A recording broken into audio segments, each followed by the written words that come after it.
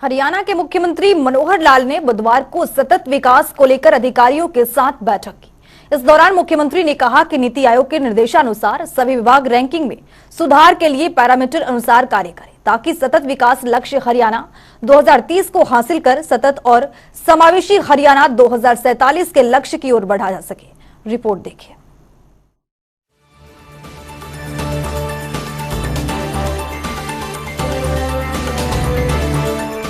हरियाणा के मुख्यमंत्री मनोहर लाल ने बुधवार को चंडीगढ़ में सतत विकास को लेकर आयोजित अधिकारियों की बैठक की अध्यक्षता की, जिसमें 16 विभागों के मुख्य बिंदुओं पर फोकस किया गया। इस दौरान मुख्यमंत्री ने कहा कि जो विभाग सतत विकास लक्ष्य हरियाणा 2030 की रैंकिंग एवं पैरामीटर में कमजोर है, उन पर विशेष ध्यान दिया जाए और बिंदुवार कार्य करें। उन्होंने कहा कि सभी उपायुक्तों के साथ हर जिले में प्रशासनिक अधिकारियों की भी तैनाती की जाए, जो हर माह बैठकें आयोजित कर सतत विकास के लक्ष्य को देकर समीक्षा करें और उसकी रिपोर्ट तय सीमा में सरकार को भेजी जाए। मुख्यमंत्री ने कहा कि हरियाणा देश का पहला राज्य है जिसने सतत विकास लक्ष्य को हासिल करने के लिए जिला स्तर पर इंडेक्स तैयार की है। इसमें सभी जिलों की परफॉर्मेंस के आधार पर आकलन किया जा रहा है। इसके साथ ही अलग अलग हेड बनाकर बजट का भी प्रावधान किया गया है।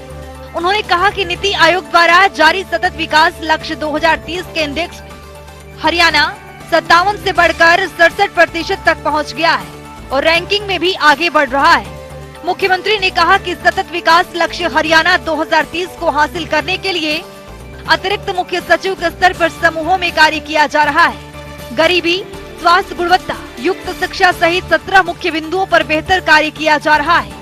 उन्होंने कहा कि विजन 2030 के तहत सरकार सोसाइटी एवं प्राइवेट सेक्टर को साथ लेकर कार्य करेगी, ताकि सतत विकास लक्ष्य हरियाणा 2047 का लक्ष्य हासिल करने में कोई दिक्कत न आए।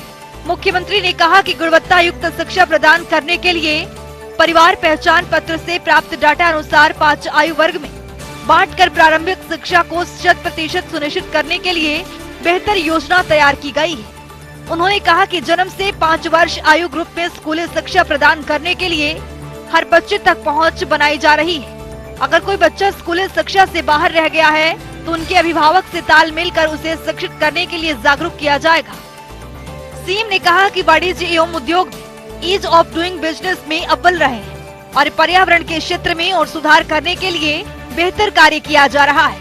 इस अवसर पर सतत विकास लक्ष्य हरियाणा 2030 एवं सतत और समावेशी हरियाणा 2047 को लेकर विस्तृत प्रस्तुति दी गई। इसमें विस्तार से अवगत कराया गया कि अब तक प्रदेश में विभागों ने क्या प्राप्त कर लिया है और विजन 2047 अनुसार क्या प्राप्त करना है और इस लक्ष्य को हासिल करने के लिए किस तरह के संसाधनों की आवश्यकता है। जनता टीवी के लिए चंडीगढ़ से पवन सिवर की रिपोर्ट।